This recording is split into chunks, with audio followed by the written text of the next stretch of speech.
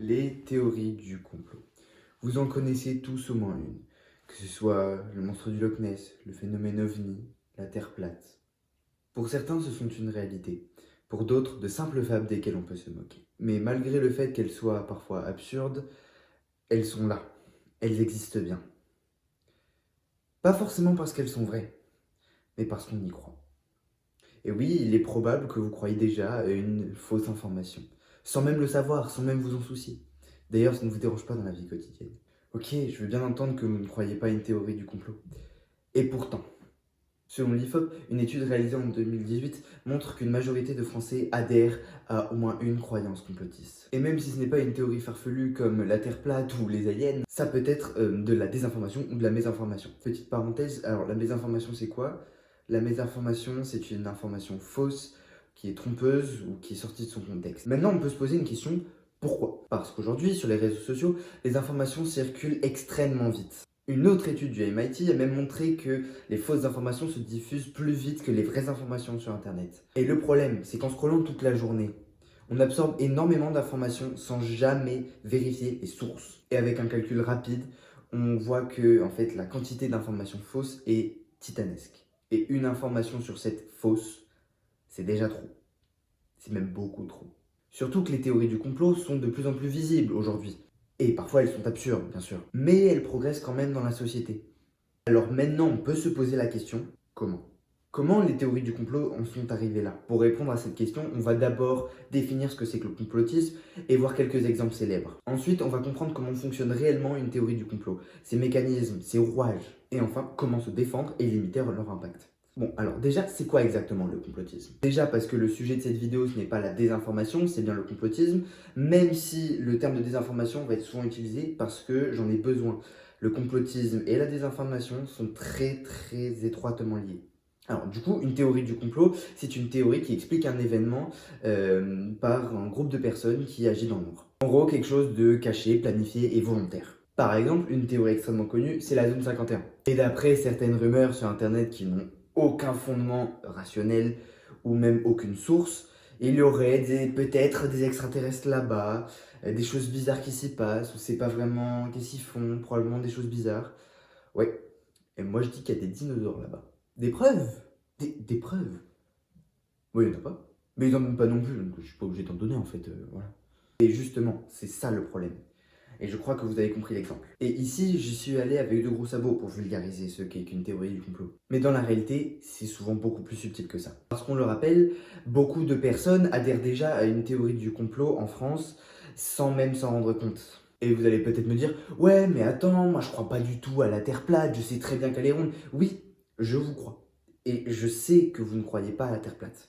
Mais les théories du complot, ce n'est pas seulement les théories absurdes comme la Terre plate qu'on voit passer dans les mêmes internets une fois tous les 100 000 reels. Ça peut être aussi des théories affirmant, sans preuve solide, qu'un groupe volontairement a la vérité et qui la cache au grand public. Et que celui d'ailleurs peut la dévoiler, bien sûr. Personne d'autre ne sait. Et c'est justement là qu'on arrive au cœur du sujet. Comment toutes ces idées arrivent-elles à se diffuser aussi facilement? Bon, ok, maintenant on va s'attaquer au cœur du mécanisme. Et pour ça, on va prendre une théorie très simple. La Terre plate. Ah, vous l'attendiez celle-là? Eh ben aujourd'hui, on ne va pas la détruire. Je sais, vous êtes déçus. En fait, on va surtout l'observer. Parce que ce qui est intéressant avec les théories du complot, ce n'est pas seulement qu'elles sont fausses.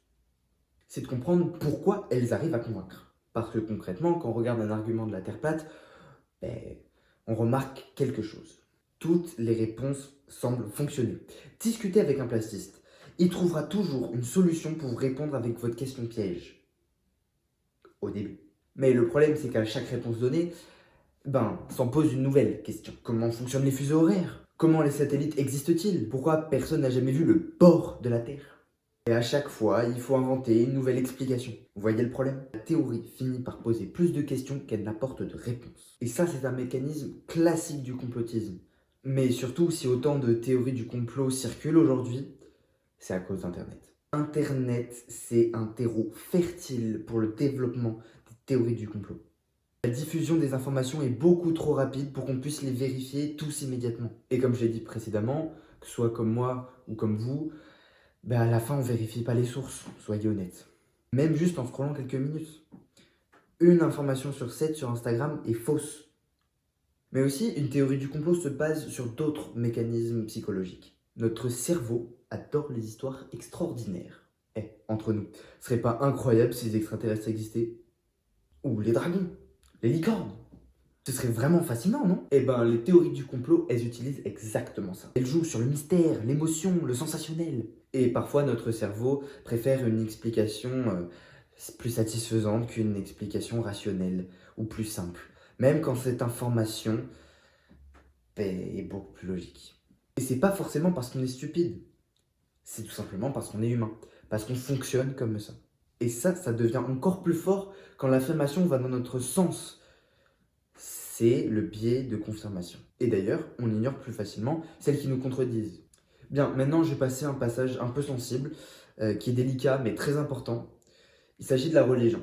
Attention, ici je ne parle pas de la foi ou de la philosophie, voire même des valeurs religieuses. Je parle surtout du mécanisme de la croyance. Parce que les théories du complot utilisent parfois des récits simples, sensationnels, émotionnels et difficiles à réfuter. Et notre cerveau aime naturellement les histoires qui font sens au monde, surtout quand elles sont impressionnantes ou mystérieuses. Le problème, c'est que certaines personnes mal intentionnées utilisent ces mécanismes pour manipuler ou vendre de fausses croyances. Et ça c'est vraiment dangereux. Vous imaginez donc tout ce qu'il peut y avoir derrière, les dérives sectaires, tout simplement les arnaques. On n'y pense pas souvent, mais c'est souvent aussi ça.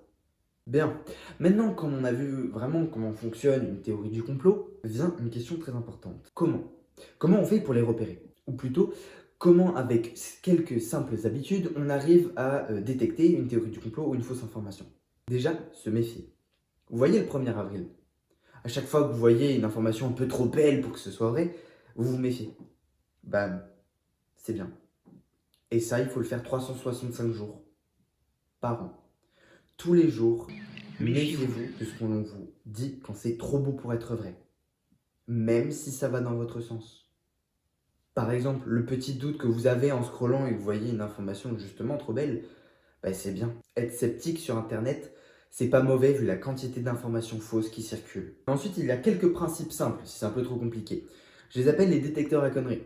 Donc j'en ai 3, je vous en propose 3. Le premier, c'est un argument sans preuve peut être réfuté sans preuve. On va prendre un exemple pour illustrer tout ça. Par exemple, si je vous dis que j'ai vu un dinosaure vivant, vous allez vouloir des preuves solides. Une photo floue, un témoignage bizarre, un cousin d'un ami qui connaît quelqu'un qui aurait vu un dinosaure, ça ne suffit pas. Maintenant, on va passer au deuxième détecteur à conneries. Un argument irréfutable, pas recevable. Par exemple, si aucune preuve n'existe que de ce complot, c'est parce que justement le complot les cache. Mais attends, du coup, comment tu prouves? Comment tu peux donner des preuves? Comment tu peux prouver que le complot existe si tu peux rien prouver? C'est comme les corbeaux blancs. Par exemple, tous les corbeaux sont noirs. Si vous voulez prouver qu'il y a un corbeau blanc, il vous suffit de trouver qu'un seul corbeau blanc. Et pour justement affirmer qu'il n'y a pas de corbeau blanc, il faut avoir passé en revue tous les corbeaux qui existent sur cette planète. Ça, c'est impossible. Bien, maintenant on va passer au troisième détecteur à conneries. Le rasoir d'Occam. Le principe est simple. L'explication la plus simple est souvent la meilleure.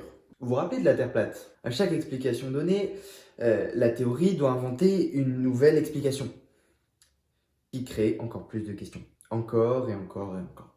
Alors qu'une Terre ronde répond de manière cohérente à différents phénomènes et ne va pas poser plus de questions qu'elle n'apporte de réponses. Et elle explique des phénomènes sans avoir besoin d'explications encore plus farfelues et encore en plus grand nombre. Vous l'avez sûrement remarqué, j'ai utilisé justement ces détecteurs à conneries, souvent pour contre-argumenter justement les théories du complot. Voire même tout simplement la désinformation. Bien, maintenant vous avez tous les outils en main pour vous protéger, vous méfier et vous défendre contre les théories du complot, la désinformation qui circule aujourd'hui, chaque jour, à chaque instant, chaque minute. Et ne pas tomber dans l'enfer de la désinformation, de la secte ou des théories du complot. Enfin, ne cherchez pas ce qui vous plaît. Cherchez la vérité.